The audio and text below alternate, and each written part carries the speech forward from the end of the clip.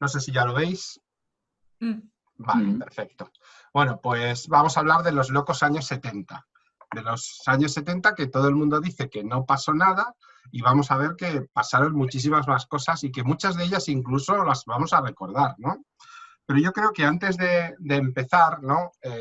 Yo creo que es bueno que recordáramos o pongamos un poco en contexto el por qué es una década tan mal vista, porque hay que decirlo, la década de los 70 es una década relativamente mal vista, no es de las que mejor se condicionan de alguna manera, ¿no? Y bueno, yo creo que hay 5 causas fundamentales. El primero es ese aumento de la tensión entre las dos superpotencias, fue de las épocas peores en las relaciones que tuvieron Estados Unidos y la antigua Unión Soviética. Eso conllevó a acelerar mucho el presupuesto de la carrera de armamento y eso provocó que hubiese menos dinero también para la exploración espacial. También llegó, si os acordaréis seguramente, la crisis del petróleo y la crisis económica de mediados de los 70. Y hubo también una importantísima crisis de confianza política, porque sobre todo, ya no tanto en España, que vivíamos en ese momento el fin de la dictadura y luego la transición, pero recordad en Estados Unidos, por ejemplo, el caso Watergate, ¿no? Que provocó la dimisión de Nixon, y en el resto del mundo, pues el fin de la Cuarta República Francesa con De Gaulle, etcétera, etcétera. Y surge la pregunta de que hacía mucha gente, era que si hemos llegado ya a la Luna, ya hemos ganado la carrera espacial, decían en Estados Unidos, ¿para qué seguir invirtiendo en exploración espacial? ¿No? La pregunta que se hacían. Y eso ha llevado a pensar muchas veces que es una época de que no hay nada, que básicamente es un impasse entre la carrera espacial de los años 60 y la llegada del transbordador espacial y de las estaciones espaciales en los años 80 y 90. Y que en la exploración espacial de otros planetas, en todo lo demás, tampoco hubo sucesos importantes. Bueno, pues yo lo voy a intentar desmentir un poco, ¿vale? Vamos a intentar darle un poco de vuelta. Recordad que si queréis cualquier pregunta, la hacéis, me paráis, no esperéis al final, ¿eh? Que aquí estábamos por esto. Bueno, lo primero que pasa en los años 70 es que, en contra de lo que dice mucha gente, la exploración del sistema solar se acelera. Y se acelera porque, si los bien rusos y americanos ya no compiten por llegar a la Luna, sí que compiten por ser los primeros en aterrizar o en llegar a otros planetas, aunque sea con naves no tripuladas. Empiezan a aparecer el concepto de los aterrizadores, ¿de acuerdo? Algo que para nosotros ahora es muy normal, porque hemos visto estos últimos años aterrizar naves en Marte, naves en asteroides, orbitadores en Júpiter, Saturno, etcétera, etcétera. Pero en ese momento era algo totalmente nuevo. ¿Os acordáis de la semana pasada cuando hablábamos de Venus, de las Venera? Bueno, pues esas fueron las primeras naves espaciales, ¿de acuerdo? Fue la primera nave espacial, la Venera 7, en 1970, el 17 de agosto de 1970, la primera nave espacial en enviar datos desde la superficie de otro planeta. Es decir, hasta entonces nunca una nave espacial había aterrizado en otro planeta. Jamás. Fue una sonda soviética, la Venera número 7, ¿de acuerdo? Y lograron aterrizar una nave de casi media tonelada, es decir, que era una nave considerablemente grande, en diciembre de 1970. El lanzamiento fue en agosto de 1970. Hay gente que me dice que técnicamente no sería un año de la década de los 70, pero bueno. Para que veáis un poco la importancia que dieron los rusos al plan Venera, para ellos Venus era como su planeta. Igual que para los norteamericanos ha sido Marte, Venus ha sido un poquito el planeta para los rusos que más veces han explorado. Vais a ver que los Venera 7, por ejemplo, el Cosmos 359 y el Venera 8 tenían aterrizadores, aunque el Cosmos 359 falló. Y también el Cosmos 482. Aquí os dejo una lista de los principales lanzamientos soviéticos, de acuerdo, de las naves Venera hacia Venus. Como podéis ver, abarcan toda la década de 1970. 1970, 72, 75 y 1978. Entonces, cuando alguien me dice, pero si es que en los años 70 nadie fue a otros planetas, no se enviaron, pues fijaros, solo a Venus se lanzaron 8 misiones distintas, aunque hay que decir que varias de ellas fallaron, ya sea en el lanzamiento o porque una vez que aterrizaron no respondieron. Y los americanos, estoy intentando, para que no nos confundamos con los nombres, pongo una banderita siempre del país a que se corresponde, ¿de acuerdo? Bueno, pues los americanos no se quedaron atrás, pero los americanos, en vez de Venus, les gustaba muchísimo Marte. Marte ha sido siempre su planeta de referencia. Ellos además, cuando hablan, por ejemplo, ahora de la primera misión tripulada, no se plantean otra misión que no sea a largo plazo poder aterrizar en Marte. Y para ello continuaron con un programa que ya venía de los años 60, que eran los marineros, los Mariner, ¿no? Los marineros eran las sondas que los americanos ya desde los años 60 venían lanzando, ¿de acuerdo? Esta sonda fue la primera que hizo un mapa bastante completo de la superficie de Marte, para lo que era principios de los años 70. Si os fijáis aquí en la derecha vais a ver las fotos que hizo, por ejemplo, de la luna de Marte, Phobos. Ya sabéis que Marte tiene dos lunas, ¿de acuerdo? Phobos y Deimos. Terror y miedo. Claro, Marte es el dios de la guerra. ¿A quién acompaña la guerra? Pues el terror y el miedo, o el pavor, vamos, ¿de acuerdo? Entonces, en griego son Phobos y Deimos. Bueno, se hizo, como os he comentado, los primeros mapas relacionados con la superficie de Marte. Aquí tenéis también un poco la estructura de la nave. Y me llama mucho la atención que una de las cosas que no tenían en ese momento los norteamericanos era un lanzador para este tipo de naves. Es decir, los cohetes Saturno, ¿os acordáis de ellos cuando hablamos del viaje a la Luna? Servían para lanzar enormes cargas a gran distancia, pero para estas naves más pequeñas, ¿qué utilizaban al final? Misiles nucleares.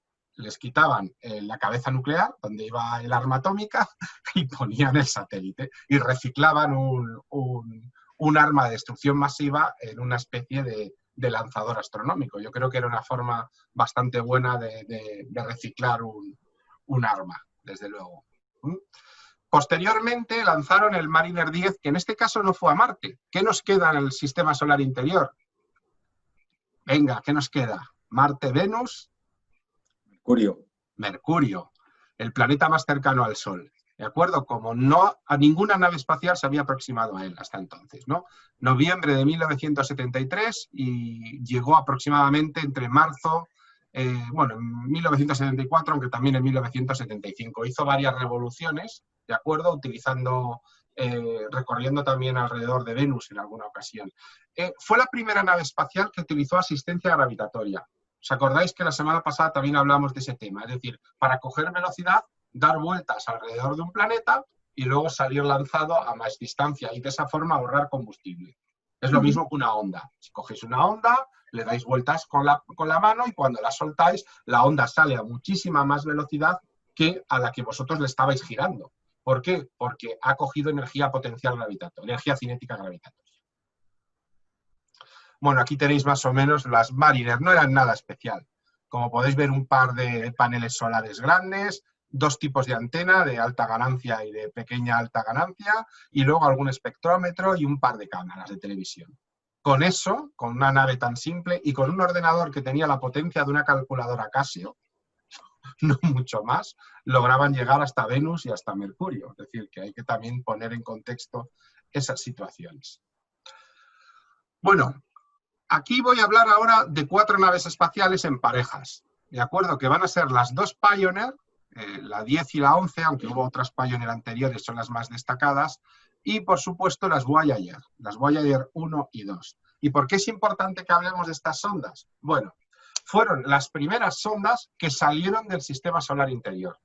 Es decir, las primeras que atravesaron el cinturón de asteroides más allá de Marte y llegaron a Júpiter, a Saturno. Hasta entonces, ninguna nave de la Tierra había hecho ese recorrido. La primera tenía como objetivo Júpiter y la segunda Pioneer tenía como objetivo Saturno. Fue la primera vez que se desarrolló una nave tan original. Pero claro, tenían un problema que era el tema de la energía. ¿Cómo conseguir energía eléctrica? ¿Y qué solución creéis que obtuvieron? A ver, ¿qué soluciones proponéis para que un aparato eléctrico produzca energía eléctrica en el espacio? Rozamiento. ¿Cómo? Por el rozamiento, ¿no? No se puede Muy conseguir. poco. El rozamiento es muy escaso como para provocar piezoelectricidad. No serviría. Parece que los paneles solares podrían ser, ¿no? Claro, pero el problema que teníamos con los paneles solares es que una vez que nos alejamos más allá de la órbita de Marte, el Sol ya no es ese Sol magnífico que vemos aquí, sino es un punto muy lejano, muy lejos, que apenas da energía. Bueno, pues seguro que lo habéis visto, porque casi todos o todos habéis visto la película de Martian, ¿no? Del marciano. Y él comenta que había una serie de naves espaciales que tenían un isótopo radiactivo que por descomposición producía electricidad, ¿no? Que lo tiene enterrado en la arena y lo tiene que sacar de allí porque es un dispositivo relativamente peligroso. Esta fue la primera nave que utilizó ese sistema. Algunos dicen que eso es energía nuclear, pero no es verdad. No llevaba un reactor nuclear. Lo que lleva es un isótopo que con la radiación provoca electricidad por descomposición. No produce ninguna reacción nuclear. ¿De acuerdo? ¿Qué hacen estas naves? Que eso les permite tener una vida muy larga. Para que os hagáis una idea, hemos detectado señales de las Pioneer todavía en el 2019. Para que os hagáis una idea. Pero es que las Voyager siguen funcionando hoy en día y siguen emitiendo. Y luego veréis dónde están esas naves espaciales, dónde han llegado. Son nuestros enviados más lejanos. Y claro, como iban tan lejos, uno de los ingenieros que participaron, bueno, en este caso astrónomos que participaron en su desarrollo, era un científico joven de la Universidad de Cornell, muy famoso ya por sus libros, que se llamaba Carl Sagan. Fue uno de los desarrolladores de, entre otras cosas, lo que podéis ver aquí, que es una placa que llevan las Pioneer, por si acaso alguien las encuentra algún día y se pregunta de dónde vienen. Vamos a ver un poco qué dice esta placa, porque a primera vista pues podéis decir, bueno, pues no entiendo muy bien qué es lo que pone aquí. Aparece la figura de un hombre y una mujer desnudos. Bueno, pues es la única manera de dar proporción a nuestra estatura. Detrás está el diseño de la nave. Esa es una especie de antena parabólica que es la antena parabólica de la Pioneer. De esa manera se hacen una idea de lo grandes o pequeños que podemos ser, ¿no? Cuál sería nuestro tamaño comparado con la figura de la nave espacial. Esos puntos que aparecen allí son los cuásares y los púlsares, más cercanos a la Tierra, colocados y haciendo líneas con su intersección podrían localizar perfectamente la Tierra en nuestra, más o menos en la posición que se encuentra actualmente. Y luego, si os fijáis abajo, hay un esquema del sistema solar, con el Sol a la izquierda y todos los planetas hacia la derecha. Y como podéis ver, la nave espacial sale del tercer planeta, indicando que el planeta importante en este caso es el tercero, contando desde la estrella, que es la Tierra. Hay más datos contenidos en binario, pero bueno, esto es lo importante. Es decir, es la primera nave espacial que, como sabíamos que va a viajar más allá del sistema solar, le hemos puesto como un pequeño mensaje, por si acaso. No está dirigido a nadie en concreto. Hay quien dice que este mensaje, igual que el que llevan las Voyager, es simplemente un hola, estamos aquí. Vamos a entenderlo así. Puede ser que incluso quien lo pueda ver un día ni lo entienda, pero va a comprender que eso está hecho por una civilización inteligente, obviamente. Por tanto, las dos Voyager llevan este mensaje colocado en una chapa de oro protegida que está en el lateral de la nave. La Pioneer 11 tiene la misma, es exactamente una gemela de la Pioneer 10, que despega un poquito más tarde, y con su destino ya no era Júpiter, sino era Saturno. Las dos naves tienen un sistema de vuelo de tal manera que luego van a abandonar el sistema solar, es decir, después de pasar por los lugares que han sido programados para poder viajar, van a viajar más allá de nuestro sistema solar para poder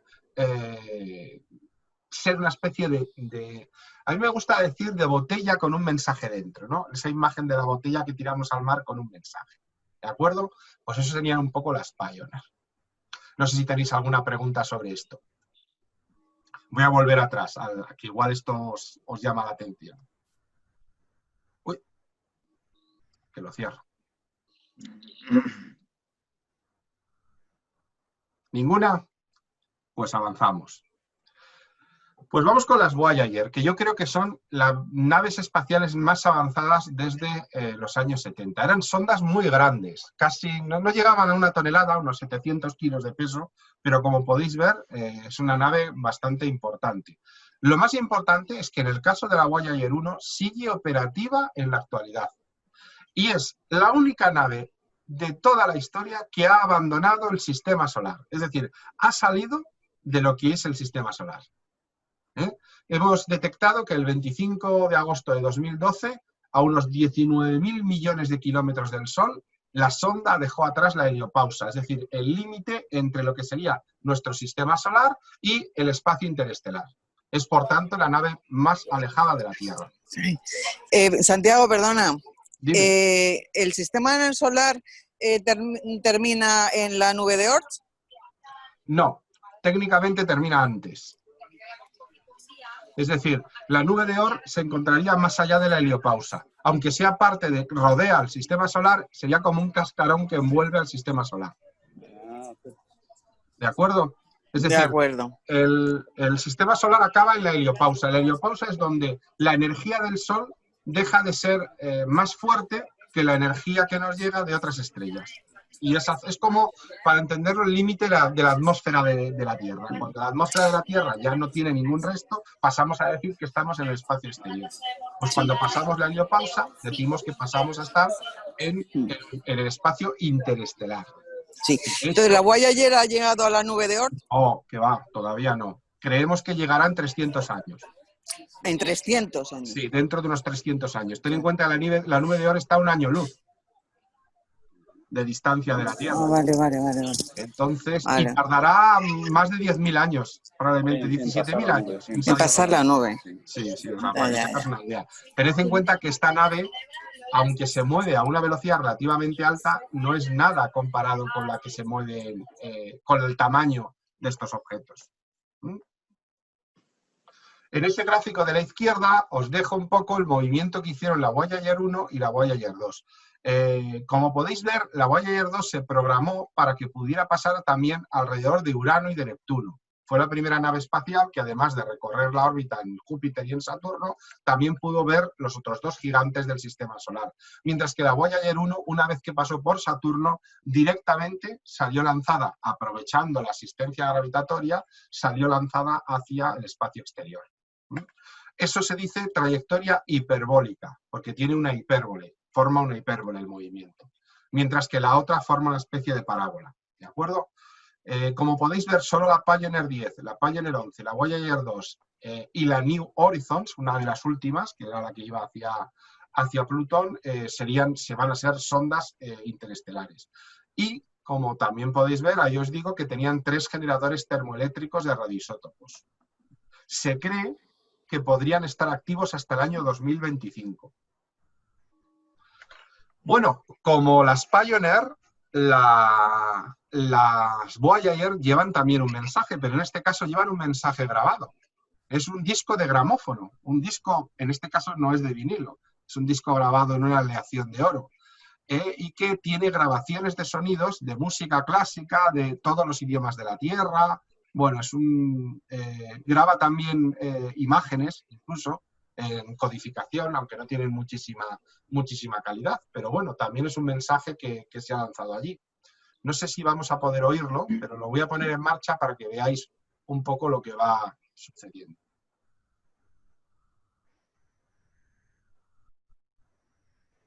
Este es el secretario general de las Naciones Unidas dando el saludo. El presidente Nixon.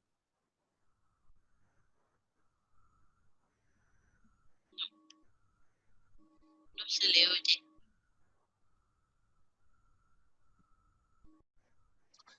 No se saludos.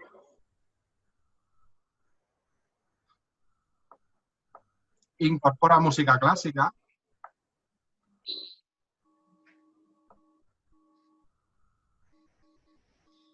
Yo no le oigo. No sé si los demás lo oís. Y luego... No, yo tampoco. No. Sonidos de todas las criaturas. Aquí un niño cantando. No lo oímos, Santiago. ¿No oís la música? No, No. yo no No oigo. se oye. Pues ya os enviaré el link. Esperad que está aquí entrando Lola. ya os enviaré el link para que lo podáis oír. De todas formas, son 5 horas, o sea, que no lo veáis entero porque es un horror. Pero para que veáis que, de alguna manera, se pensó introducir en la nave espacial, como ya las Pioneer llevaban todo ese tema, dijeron, ¿qué podemos meter aquí? Dijeron, bueno, vamos a meter los sonidos de la Tierra. Esto tuvo un sentido para Carl Sagan muy importante, porque decía él, que también participó con la Voyager en este diseño, que de alguna manera era decirle al universo que nosotros hemos existido. Porque a lo mejor cuando este disco fuera escuchado por alguien, ni siquiera existimos ya. Era como dejar un recuerdo de nuestros sonidos, de nuestra música, de nuestros idiomas, de nuestras formas de entender la vida, de los ruidos de las ballenas, de los ruidos de los animales que vivían en el planeta, del viento moviéndose a través de los árboles. Es decir, hay grabadas más de 5 horas de diferentes sonidos que representan un poco lo que consideraron en ese momento que era el planeta Tierra. A mí me parece una cosa muy original lo que hizo Sagan aquí, y que viajará eternamente dentro de las 2 Voyager, porque ahí están colocadas 2 copias de este disco. No sé si tenéis alguna pregunta sobre esto.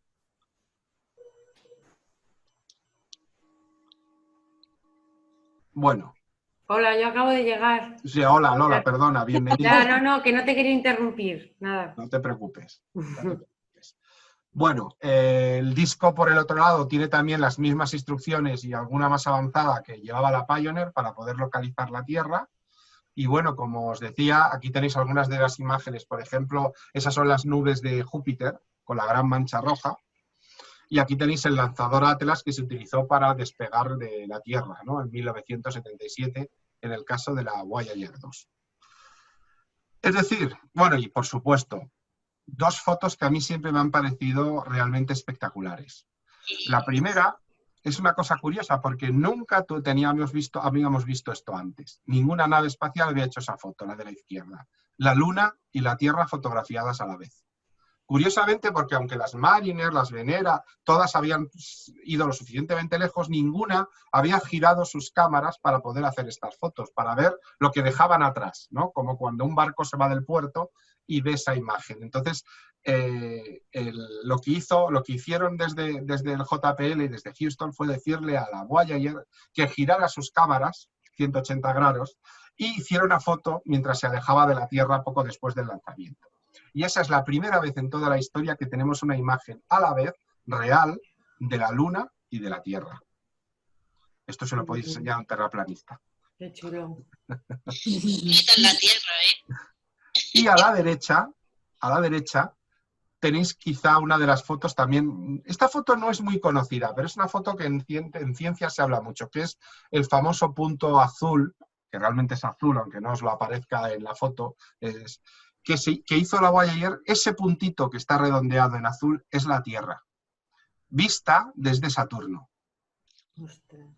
Entonces Sagan lo llamó el Little Blue Dot, ¿no? El pequeño y pálido punto azul. Pálido punto azul. Sí, que realmente incluso escribió un libro con ese título, un pequeño libro, en el que hablaba un poco de lo inmensamente pequeños que somos respecto a la inmensidad del universo, ¿no? Como que incluso desde un planeta cercano a la Tierra ya apenas se nos ve como un puntito de nada, que quién va a pensar que ahí hay vida, que ahí vivimos miles de millones de personas y miles de millones de animales y plantas en simbiosis, ¿no? ¿Quién se lo iba a imaginar? Yo creo que son 2 fotos que ilustran muy bien el enorme éxito de las Voyager.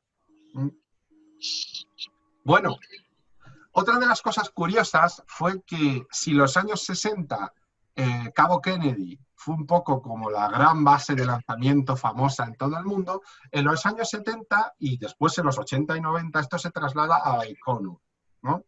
El lanzador, la base de lanzamiento de la antigua Unión Soviética.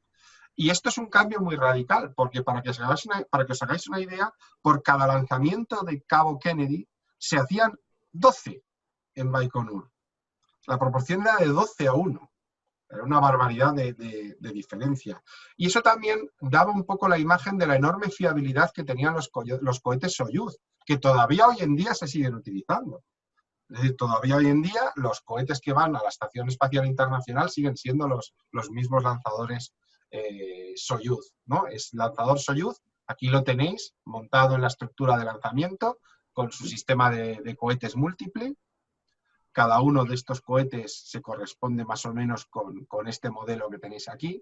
Y aquí a la izquierda tenéis una sonda venera. Esta foto ya os la enseñé la semana pasada cuando hablábamos de Venus, ¿no? Con esa antena parabólica tan curiosa en forma de paraguas de tela.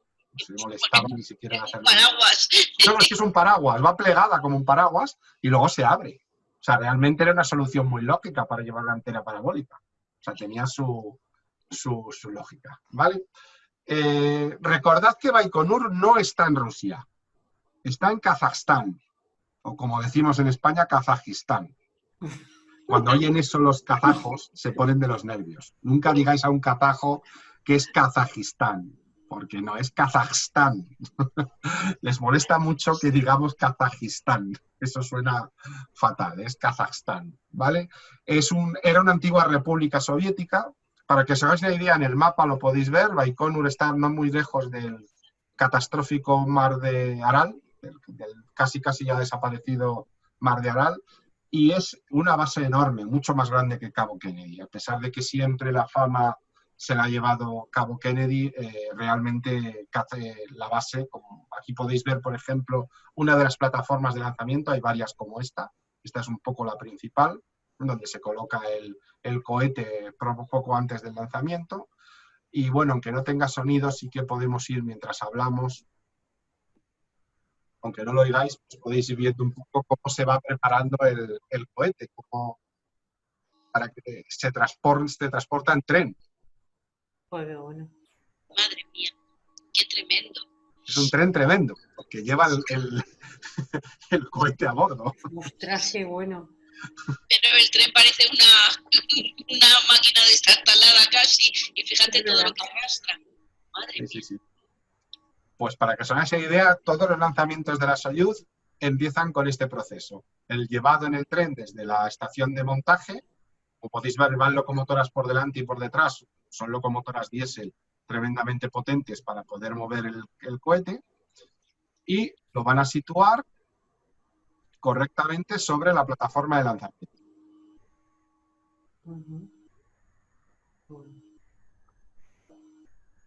Qué bonitos son los cohetes, ¿eh? Los cohetes rusos son diferentes de los cohetes americanos. Los cohetes americanos son normalmente más potentes y por fases con sus cohetes aislados, de alguna manera. Los cohetes soviéticos pueden tener una fase inicial muy potente y después unas fases secundarias menos potentes. La grúa lo sitúa verticalmente.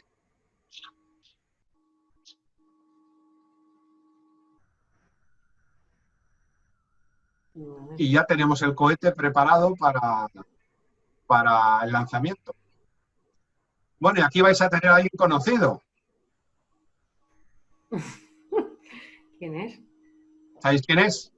Pues yo no, ahora mismo. No creo. Yo me decía que vas a ser tú, digo, seguro que sale por allí. Era un montón de cara. Ya me gustaría. ¿Quién es? ¿El que estuvo el otro día en...? No. No. ¿Quién es? Vamos a ver si puedo adelantarlo. Ahí. No sé por qué no te deja avanzar. Vale. Era Mike López Alegría. Si os acordáis, antes de Pedro Duque tuvimos un astronauta español, pero que realmente no era español. Era hijo de un emigrante español a Estados Unidos, y él incluso cuando hablaba español lo hablaba con un acento norteamericano tremendo. Pues tenía más pinta de ruso que de... No, pues era los rasgos López de la cara y tal. Sí. Y bueno, pues una vez que se ha se ha colocado el cohete, pues se inicia el lanzamiento. Aquí tenemos una Soyuz a punto de ser lanzada. Y bueno, este movimiento se repetía prácticamente todas las semanas, algo que era inimaginable para los norteamericanos.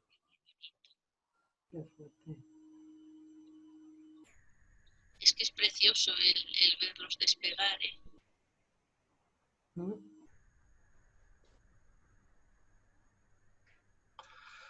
¿Por qué era inimaginable para los norteamericanos? Bueno, cuando haces estas operaciones tan rápido, en realidad lo que estás haciendo es eliminar conceptos de seguridad.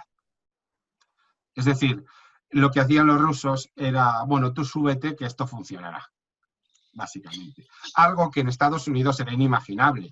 Claro, eso costó la vida a muchísimos cosmonautas rusos. Lo que pasa que no se sabía, porque no se decía. Luego, con la caída de la Unión Soviética en los años 90, supimos que fueron 17 astronautas. 17.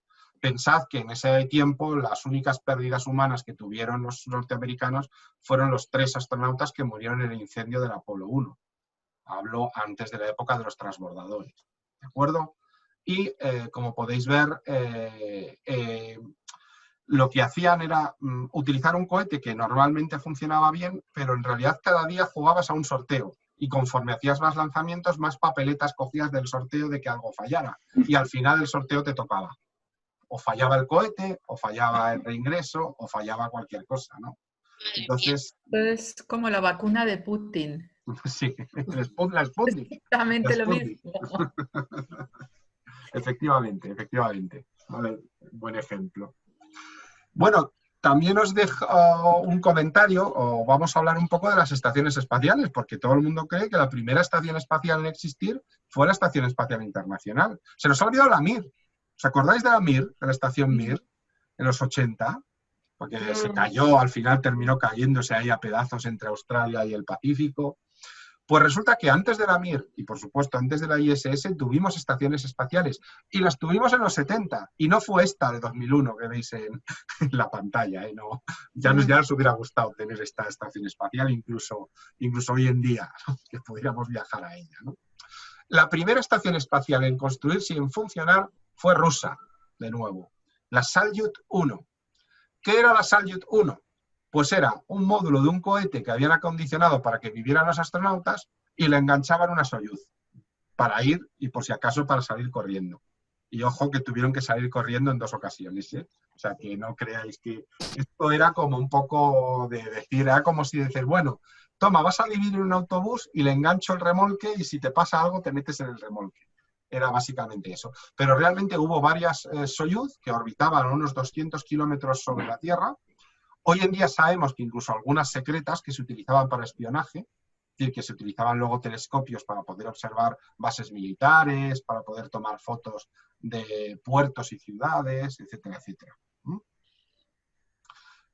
Ahí tenéis un plano, ¿de acuerdo? Esta es la más importante, quizá de todas. La más importante fue la Salyut 6, porque fue la primera en utilizar los cohetes Proton. Y básicamente era eso. Lo que vais a ver aquí, esto es digamos, este espacio del cohete, que lo han reacondicionado por dentro, le han puesto camas, le han puesto habitaciones, le han puesto un lugar para hacer experimentos, y aquí tenéis una Soyuz acoplada. O sea que básicamente eso era lo que desarrollaron. Lo que se les ocurrió fue que en vez de tener solo un puerto de atraque por un lado, le pusieron otro por detrás, de tal manera que ahora tenían más espacio para poder enganchar o bien otra Soyuz o bien los cargueros Progress. Los cargueros Progress son unas naves un poquito más pequeñas que una Soyuz, pero que no llevan tripulación, llevan suministros, comida, oxígeno, agua o cualquier elemento que se necesite, lo cual permitió alargar las misiones. Al principio, estar una semana o 10 días en el espacio era un récord, pero cuando ya les podías enviar comida, les podías enviar de todo, pudieron pasarse meses en el espacio. Fijaros si los cargueros Progress son importantes, que hoy todavía los que llevan suministros a la ISS son cargueros Progress, todavía hoy en día, y también fueron inventados en los años 70, para que veáis la importancia de esta década. Aquí tenemos algunas fotos curiosas de los astronautas rusos dentro de la Salyut, ¿de acuerdo? Fijaos qué espacio más curioso, o sea, y qué botoneras más retro, ¿no? Pero bueno, fueron las primeras estaciones espaciales. Parece el cuarto de la plancha. Sí, ¿verdad? No era mucho más grande, ¿eh? Ahora, bueno, aquí fue donde descubrieron que podían dormir de pie. Es decir, que claro, como no hay la gravedad es muy baja, la sensación de flotar les permitía dormir de pie, con lo cual se metían en un saco de pie, se enganchaban a la pared para no estar flotando y dormían. Para ellos pensaban que estaban tumbados, ¿no? Y con eso se conseguía abaratar muchísimo el coste y también ganar muchísimo espacio. Pero tiene que ser incomodísimo. Bueno, claro, no es lo mismo aquí que ahí, que la gravedad es distinta, pero tiene que ser incomodísimo no poder estar, a la hora de dormir, no poder estar tumbado, dejando que el cuerpo repose sobre un colchón o sobre algo, ¿no? Lo que pasa es que cuando estás flotando, a ver, aquí hay dos conceptos distintos. Uno es el que tú dices, efectivamente, pero también es verdad que como tu oído interno pierde esa sensación de estar en una posición u otra, porque como el líquido que hay dentro también flota, pues el líquido no tiene sensación nunca en ese sentido de estar, puedes autoconvencerte de estar en una posición aunque estés boca abajo respecto al resto, porque nunca tienes esa sensación. Y recordad que los astronautas no están en gravedad cero, sino en caída libre. Es decir, para que os hagáis una idea, lo que se siente en caída libre es lo que sentís cuando os tiráis en una montaña rusa en el momento de caer. Esa sensación de que el estómago se sube ahí hasta la garganta. Pues eso es lo que están ellos permanentemente. Madre mía, y dormir así. Claro, pero ellos se han acostumbrado a esa sensación. Ellos se han acostumbrado. Por eso les meten en centrifugadoras. En esas centrifugadoras enormes que les hacen girar a grandísimas velocidades para que se acostumbren a estar en caída libre. De hecho, incluso algunos cuando llegan al espacio se marean al principio de igual manera, hasta que se acostumbren. Tenemos muy idealizado que el astronauta está en gravedad cero, y no es así. Está en caída libre, que es totalmente distinto. Pobrecitos. Cuando los americanos vieron que los rusos habían hecho eso, dijeron, pues nosotros les copiamos. Cogemos un trozo del cohete Saturno, le ponemos un Apolo y ya tenemos una estación espacial. Y eso fue el Skylab, que a lo mejor incluso suena, porque eso fue en su momento muy conocida. ¿De acuerdo? Pero es exactamente el mismo concepto. Fijaros. Santiago. Dime. Sí. Me preguntan por aquí, ¿qué pasa si estando en ingravidez, no en gravedad cero, porque has dicho que no es cero, si estás durmiendo y toses? No pasa nada, porque la tos tiene bastante más fuerza. Lo dices por... No te mueves, o sea, no es de... Lo dicen por si se moverían. ¿Por si se? Por si se mueve. Por si se mueve, sí. Sí, pero ten en cuenta que duermen dentro de un saco y que el saco está pegado a la pared con velcro. O sea, que no pasaría. Es decir, la tos, aunque parezca potente, tampoco iba a provocar una acción-reacción tan importante respecto a tu peso. Es decir, a tu masa, perdón. Te voy a silenciar para que te pueda oír mejor. Es decir, hay que distinguir entre peso y masa. ¿De acuerdo? El hecho de que estés en gravedad cero quiere decir que o pesas poco o no pesas, pero tu masa sigue existiendo. Tus 80 kilos de masa, que no de peso, siguen existiendo. Eso significa que aunque tú tosas, para vencer a tu masa, la tos no tiene suficiente fuerza para provocar una acción-reacción, porque es masa por aceleración. No genera una fuerza ni una aceleración tan potente como para poder mover tu cuerpo. Es decir, hay que distinguir entre el peso y la masa. Desaparece el peso, pero no la masa. Y eso los astronautas lo aprenden llevándose unos ostiones tremendos. Porque claro, tú vas flotando por la nave espacial diciendo qué maravilloso es esto, hasta que de repente tienes que girar. Y de repente no paras. La inercia, que es con la masa, te sigue llevando para adelante y la pared está ahí y haces contra la pared. ¡Bomba! Entonces, por eso si os fijáis, en las naves espaciales hay tantas abrazaderas. Hay tantas asas para que se agarren a ellas y puedan hacer fuerza y girar. Porque si ellos van moviéndose en el movimiento libre, no pueden frenar. De repente sus 60, 70, 80 kilos, lo que pesen, aparecen. Es muy difícil moverse en el espacio en gravedad cero o en muy poca gravedad. ¿Y no llevan protectores para la cabeza, el cuello? No, de hecho, si te fijas, normalmente van en pantalón corto y en camiseta. Sí, porque ya, pero digo, es que un leñazo en la cabeza contra... Hombre, ya entrenan mucho para evitarlo. Entrenan mucho para evitarlo. Porque va es lento, ¿no? Quiero decir que sus movimientos son lentos. Son lentos porque fundamentalmente también van con cuidado y además no pueden hacer movimientos bruscos, ¿no? Porque gravedad cero es muy complicado. Pero el problema está que aunque vayas lento, no puedes controlar el movimiento. Es como si hicieras un derrape a cámara lenta, ¿no? Que ves que te vas y no puedes hacer nada salvo que te agarres a algo. Por eso llenan todo de agarraderas. para que te puedas agarrar algo y evitar el golpe. Madre mía. Mirad, este es un modelo que se puede visitar, por cierto, lo tenéis, si un día vais al Smithsonian, ahí tenéis a tamaño real, podéis entrar dentro de cómo era el Skylab. Por ejemplo, ahí tenéis a uno duchándose, la famosa ducha del Skylab, que era parece un saco en el que te metías y era para que no flotaran restos de jabón y burbujas de agua. Bueno, siempre salía alguna, pero que no fuera muy tremendo. Fijaros, quiero que os fijéis, ¿veis en el suelo del laboratorio estas cosas?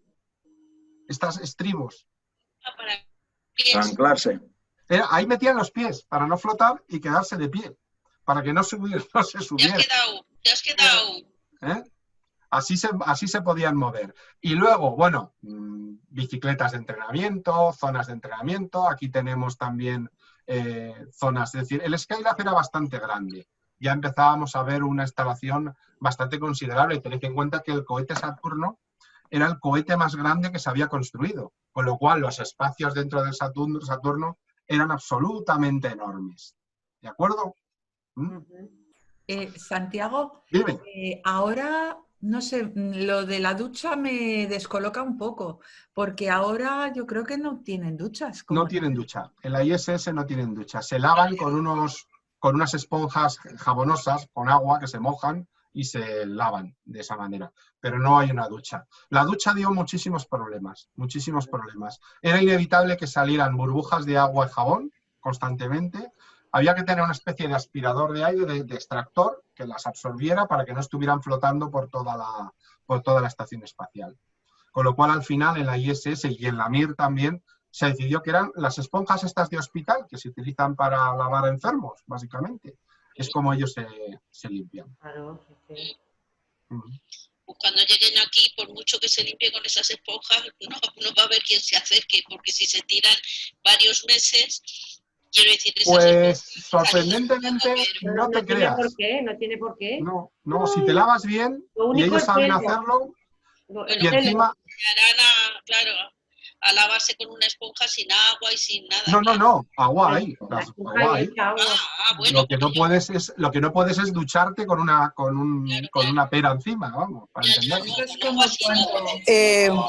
Perdón, Sí. perdonar, nos tenemos que marchar. Como lo vas a grabar, ya lo terminaré Vale. de ver. ¿Vale? Vale. Muy Un bien. beso para todos. Venga, Adiós. Adiós. hasta luego. Entonces, como cuando la- tienes enfermos de larga duración, ¿no? Claro. Es el mismo proceso y bueno, la higiene Y la esta gente puede actuar, es decir, no tiene ningún impedimento. Tienen todos los días la obligatoriedad de hacer una limpieza importante, de mantenerlo. Y luego también, irónicamente, les favorece mucho que el ambiente dentro de la nave es muy limpio, casi con total ausencia de bacterias y demás, con lo cual es ¿Allí no hay polvo?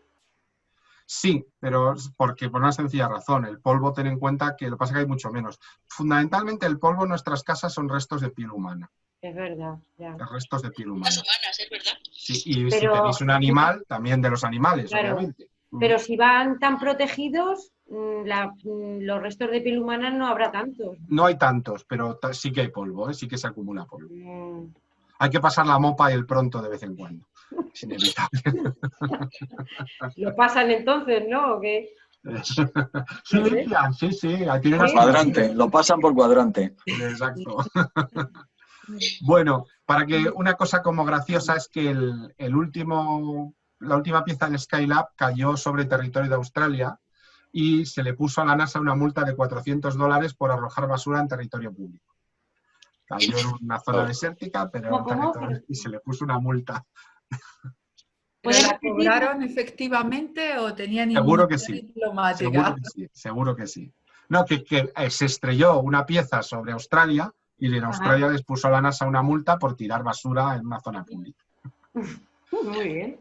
Bueno, aprovechando esto, hubo un intento de distendir un poco la relación entre las dos superpotencias y de hacer un vuelo conjunto en una estación espacial. Y se les ocurrió acoplar una Soyuz y un Apolo. para lo cual tuvieron que diseñar una pequeña nave intermedia, muy pequeñita, que actuaba como sistema de acoplaje entre las dos naves. Esta fue la famosa misión Apolo-Soyuz de julio del 75.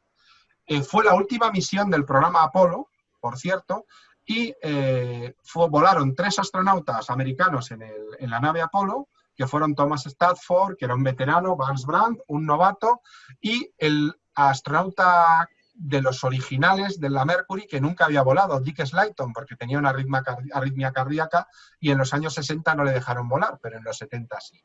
Y por el lado ruso fue ni más ni menos que Alexei Leonov, que a lo mejor os suena porque falleció el año pasado. Fue el primer hombre que salió con traje, evidentemente, y no se moriría, al exterior, hizo una misión externa, una actividad extravehicular.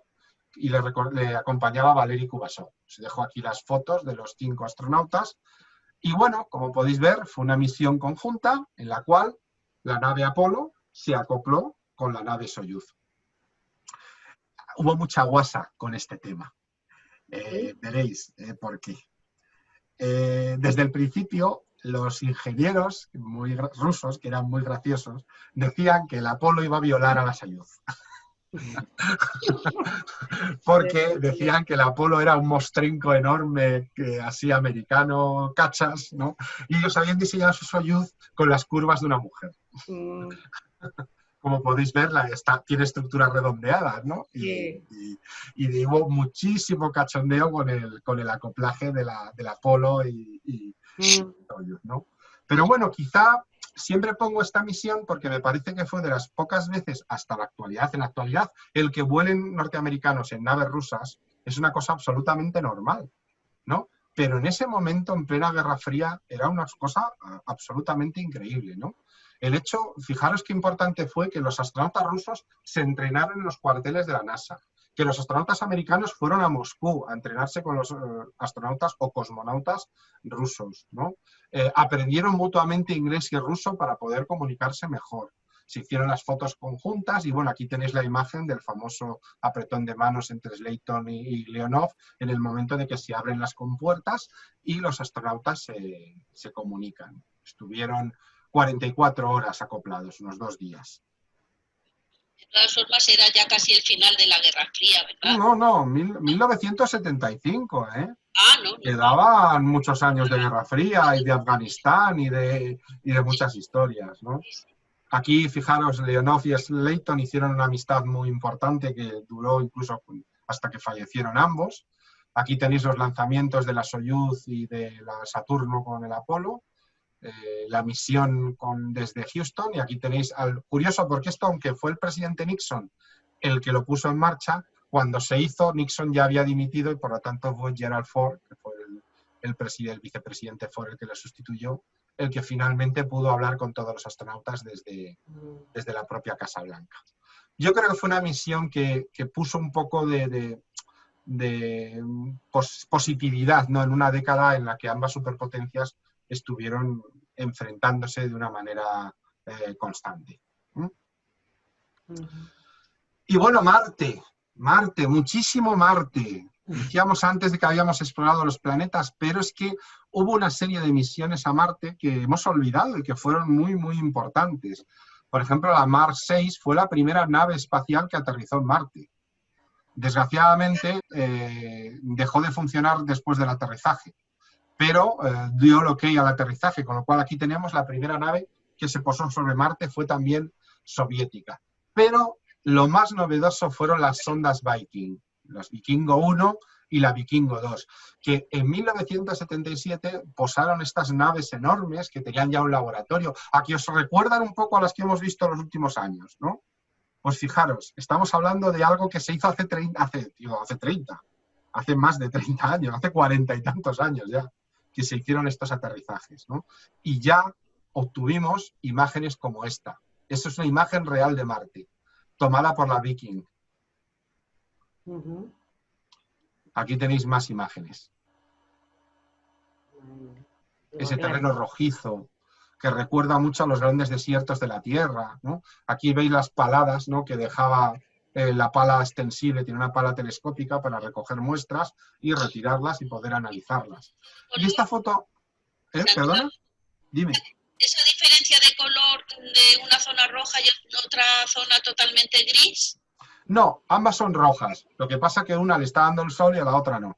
Ah, vale, vale. Son siempre, es rojizo el terreno, ¿de acuerdo? Y aquí tenéis un amanecer saliendo el sol sobre Marte, que se produce ese fenómeno que os comentaba creo que el año pasado, ¿no?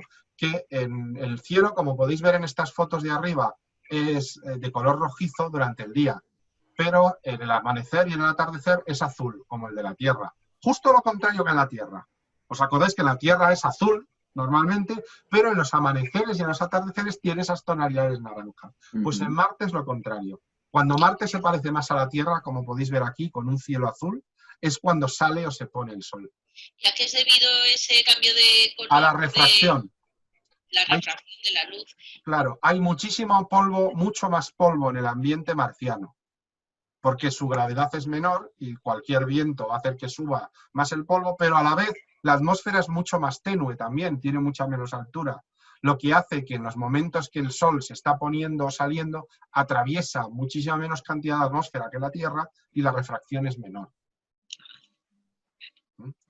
Para que os hagáis esa idea, ahí tenéis a Carl Sagan, que también participó en el desarrollo de la Viking, junto con un modelo de la Viking a escala real.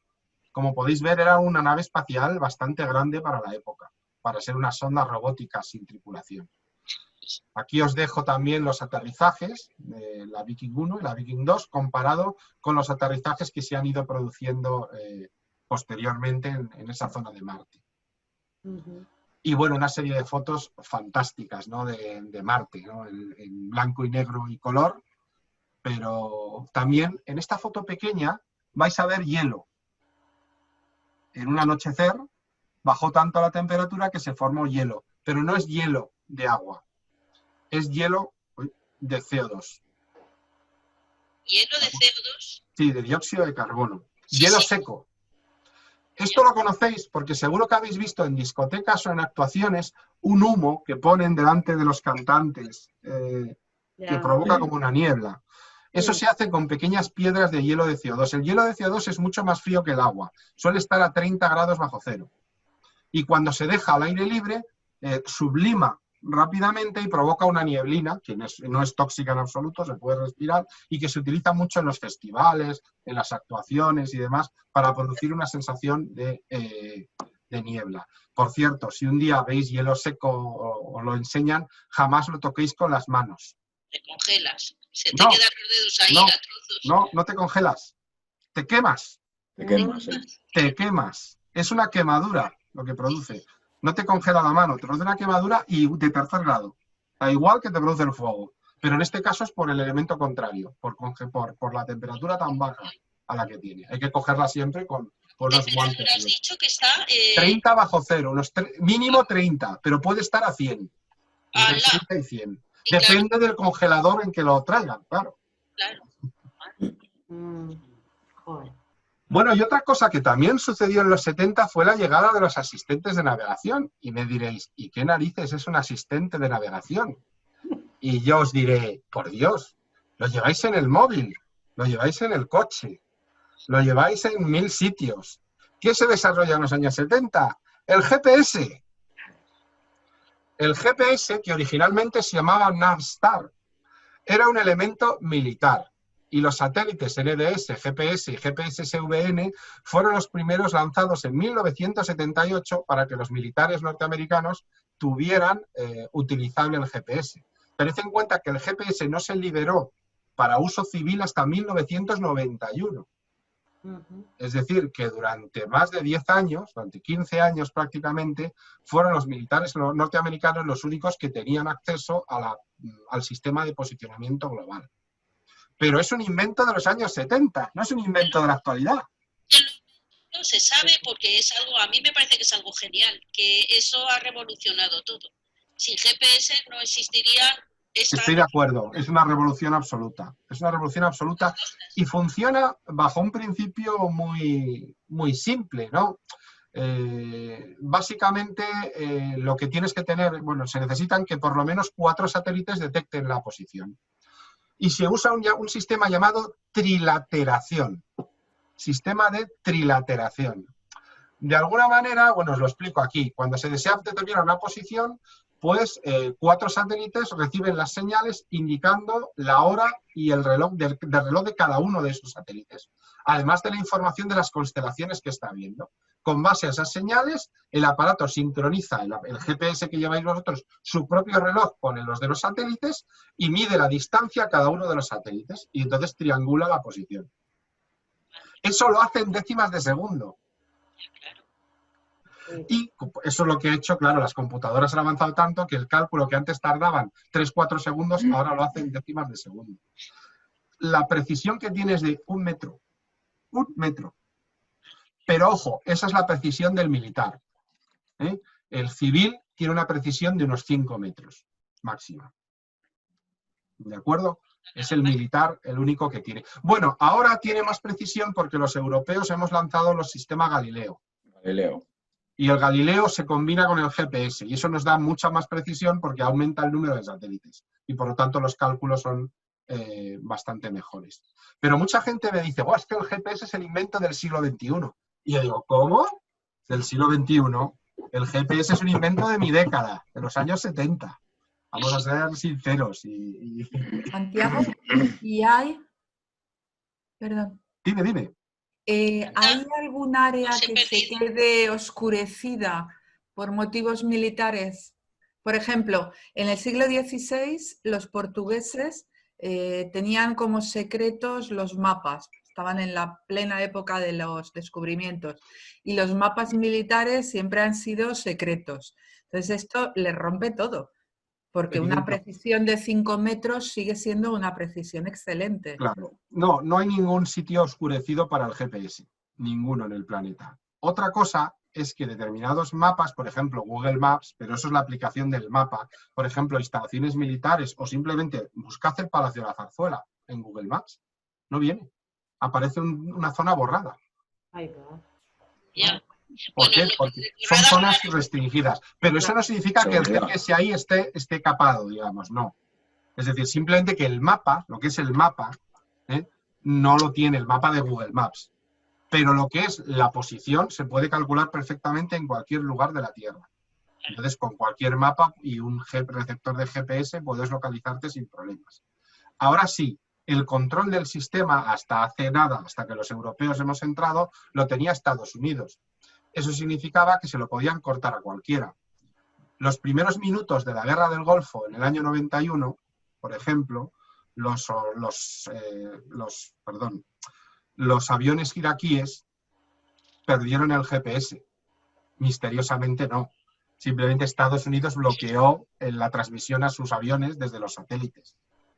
Con lo cual, los aviones no recibieron ningún tipo de alerta IFF y fueron pillados en tierra. La Fuerza Aérea iraquí desapareció en 1 hora y media.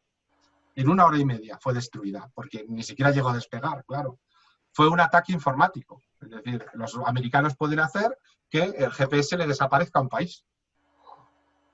Ahora ya con el Galileo a Europa no le pasaría, porque seguiríamos funcionando con Galileo, evidentemente. Pero a un país, por ejemplo, en otro lugar que no tenga acceso a los satélites de Galileo, se quedaría bloqueado o ciego para usar el GPS. China no tiene nada, ni China ni la Unión Soviética. Unión Soviética tiene un sistema, creo que se llama GLONASS o algo por el estilo, que es parecido, pero ahora mismo están usando a Galileo. Lo desarrollaron en los años 80 y ahora mismo Galileo es más potente y más avanzado que los demás, más que el GPS también, tiene más satélites también, y es más útil para... Entonces lo que hace Europa es alquilarlo. Le sale a cuenta, le pagan bien y no parece que ningún otro lo esté desarrollando. ¿Pero los terminales estos de consumo utilizan ya el Galileo? Sí. Si tú te metes en tu teléfono móvil y vas dentro de herramientas y miráis el GPS, veréis cómo puedes activar que sea solo... Por lo menos en algunos móviles puedes activar que sea solo... los nuevos, claro. Sí, con Galileo... Bueno, yo tenía un S7 que ya tenía 4 o 5 años y lo tenía, ¿eh?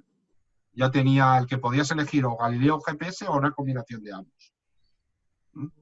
Como os digo, otro invento de los años 70.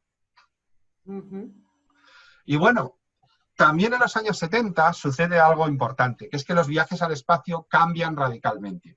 Y no cambian porque vayan a viajar en esa navecita tan simpática de Futurama que tenéis ahí moviéndose, no precisamente por eso. Veréis, cuando acaba el programa Apolo, los americanos se dan cuenta de que no tienen un lanzador para enviarse astronautas al espacio, porque el Saturno era un cohete gigantesco y es muy caro para poder poner astronautas simplemente en la órbita de la Tierra.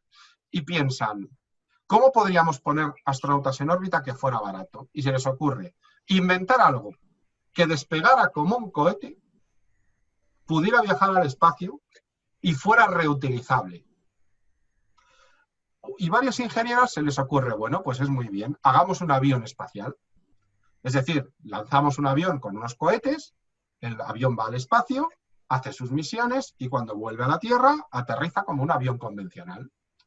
Esto nos suena, ¿verdad?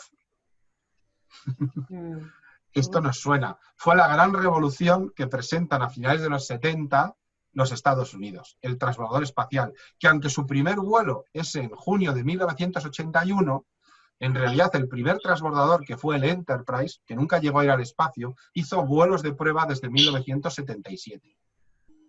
¿De acuerdo? Es decir, que otro de los inventos que se desarrollan y se construyen en los años 70 son los transbordadores espaciales. Pero como les vamos a dedicar un capítulo un día que hablaremos de ellos en concreto, no voy a dedicarme mucha explicación sobre todo lo que significaron. Pero fue una revolución, porque claro, en teoría, abarataban los costes, porque la nave era reutilizable. Lo único que era no reutilizable era el tanque central, este tanque de color marrón, pero los cohetes caían al mar con paracaídas y se recuperaban. Y el cuerpo del vehículo seguía funcionando. De hecho, al principio este tanque se pintaba también de blanco, pero luego descubrieron que era un gasto en pintura enorme para algo que se quemaba en la atmósfera. Y decidieron dejarlo en color óxido. Era el color puesto, digamos, ¿no? Hay que reconocer que esto no fue así como lo plantean en realidad, porque luego hubo muchos problemas con los vuelos y ya sabemos lo que sucedió. Lo que sucedió con el Challenger y lo que sucedió poco después con el Columbia. Y cómo un proyecto que se pensaba que llegaría hasta el 2030 finalmente fue cancelado en el año 2005. Es decir, que realmente no fue el éxito que se esperaba tener, pero también es otra de las cosas que se desarrollaron en los años 70. O sea, que para terminar, que si seguimos pensando que la década de 70 fue aburrida en astronáutica, por favor. Y en nada, Santiago, en la década de los 70 en política, los cambios que hubo, nada, sociedad, no fue en nada, correcto. Todo. Correcto, no fue en nada. Pero hay mucha gente que piensa que no hubo nada en los 70 a nivel astronáutico. Hombre, yo empecé a trabajar en los 70, o sea que... No sé si es suficientemente cambiante, pero... Para ti sí, desde luego. Yo empecé en la uni en los 70, que además se podía empezar antes. Yo es que empecé a las dos cosas a la vez, en la universidad y a trabajar. Fíjate, Santiago, tú naciste y nosotros a la uni y a trabajar. Bueno, yo nací en el 71, o sea que realmente mis 70 fueron de niño. Ya ves. Yo empecé a trabajar también en los 70, Yo también. ¿Tú también? Los 74. Yo trabajaba y estudiaba nocturno en el único sitio nocturno que había en Madrid. Era un colegio de frailes para chicos que estaban en Argüelles, en Moncloa, no me acuerdo ni cómo se llamaba, pero por la noche lo hacían nocturno para adultos, hombres y mujeres. ¡Guau! ¡Qué cosas, ¡Qué oscuras! No había estudios... Eran gente moderna. Sí, sí. Los años 70 yo creo que han sido muy importantes para bien y para mal. En la humanidad ha habido muchísimos avances, fíjate, en astronomía, todo lo que has estado explicando, pero en todos los aspectos yo creo que la Constitución del 78. En el 78, por ahí 8, la Constitución del 78. Estados Unidos, que ya era la derecha la que venció ahí y hundió un poco la idea de socialismo en las políticas, o sea, de decir, un poco extender la idea esa de que los que estaban cobrando menos eran los chupones que no curraban y sobre todo y entonces bueno empezaron a Bueno, apoyar pero eso está empresas, detenido. y Tampoco le también des más vueltas porque trabajadores, fue una época de muchos, incluso en el aspecto musical y todo, en los años 70. ahí sí que estoy de acuerdo. Y también es una década que musicalmente se desprecia y sin embargo también tiene sus cosas chulas. Y también tiene sus cosas chulas en literatura, en el cine. Sí que es verdad que en general es una década pesimista. Es decir, es una década que hay que reconocer que se vivieron el final de la guerra de Vietnam, una época en que hay mucha desconexión con la realidad política, un poco como pasa hoy en día. También vivimos pues como que grandes hitos ya se habían realizado y teníamos la sensación de que era difícil de justificar el gasto, por ejemplo, en exploración espacial. O sea, que realmente hay que entender el contexto histórico, ¿no? Por ejemplo, la moda, yo creo que en los años 70, la moda no estaba muy parada, no... ¿Cómo parada? Pero pantalones campana. Y esos cuellos de camisa. Sí, pero Y los zapatos de tacón para chicos. Pero esta no era la moda. Las mariconeras. Pero en España todavía no debía llegar la moda casi hippie a los años 70, ¿eh? No, íbamos siempre No. Y yo me acuerdo de bajar con zuecos de madera a la universidad. Zuecos de madera en pleno invierno. Sí, pero no se conocía la moda como se conoce ahora. Tanto cambia, ahora se lleva. Estaba como muy parada. Yo eso sí que lo recuerdo, porque yo en aquella época me iba a las tiendas de segunda mano a comprar ropa, no sé, que no existía la moda como tal ahora. Yeah. Hombre, Me parece. Claro, ha cambiado todo mucho. Pero incluso lo podéis ver también en el cine. Que, Claro. si pensáis en las películas que fueron éxitos, sobre todo en la primera mitad de los 70, pues eran películas, no eran agradables, no solían ser películas ni románticas, ni... Tú puedes pensar en películas como El Padrino, como French Connection, o bueno, no sé. Vas mirando el cine de los 70 y es un poco así, ¿no? De 70. Sí. ¿Él? Oye, ¿y fiebre del sábado Fiebre noche? del sábado noche, Contra es ya más tardía. Y Star Wars, que sería otra obvia excepción, claro, que son del mismo año. Y la naranja mecánica. La naranja Eso es. mecánica. Buena. Sí, me acuerdo. Y yo la vi como una película durísima, pero buenísima. Pero me ha envejecido mal, ¿eh? Ha envejecido mal esa película. Sí, pero hoy en día se la pones a la gente más joven y les causa risa. Es decir, no... Pero en su momento... Hay que verla en su muy momento. desagradable. hombre, Es que ahora ven cada cosa tan desagradable, Claro, como si como fuera hay de- nada. ¿Qué me cuentas de esto? Si no sale nada. O sea, te dicen eso, no sale nada. No sale nada. Vísceras, no hay ya vísceras aquí. el electroshock hacía esos efectos en una persona, claro, le podían... Bueno, pero pues, ten en cuenta que es una historia de ciencia ficción, ¿eh? Está ambientada en el futuro, en un futuro relativamente cercano. Pero Kubrick, por ejemplo, lo aborreció siempre, ¿eh? O sea, siempre dijo que no le gustaba cómo había quedado y no... ya, a mí me resultó un poco dura. Pero bueno, yo lo que quería sobre todo era mostrar eso, que parece que hay un vacío entre los 60 tan revolucionarios en la astronomía y en la astronáutica y los 80-90 con lo que hemos conocido ya nosotros en los últimos años, ¿no? Ya en el siglo XXI. Y parece que los años 70 son como un agujero ahí que no hay nada. Y resulta que son unos años muy curiosos. Yo aquí os dejaré, luego os envío la presentación y hay varios enlaces y vídeos para que podáis ver un poco todo lo que se hacía y pasaba en esa época y veis un poco la reivindicación que hago ya un poco de que sí, que los 70 fueron unos años que pasaron muchas cosas, sucedieron muchas cosas y se hizo un montón de actividad de investigación en este tema.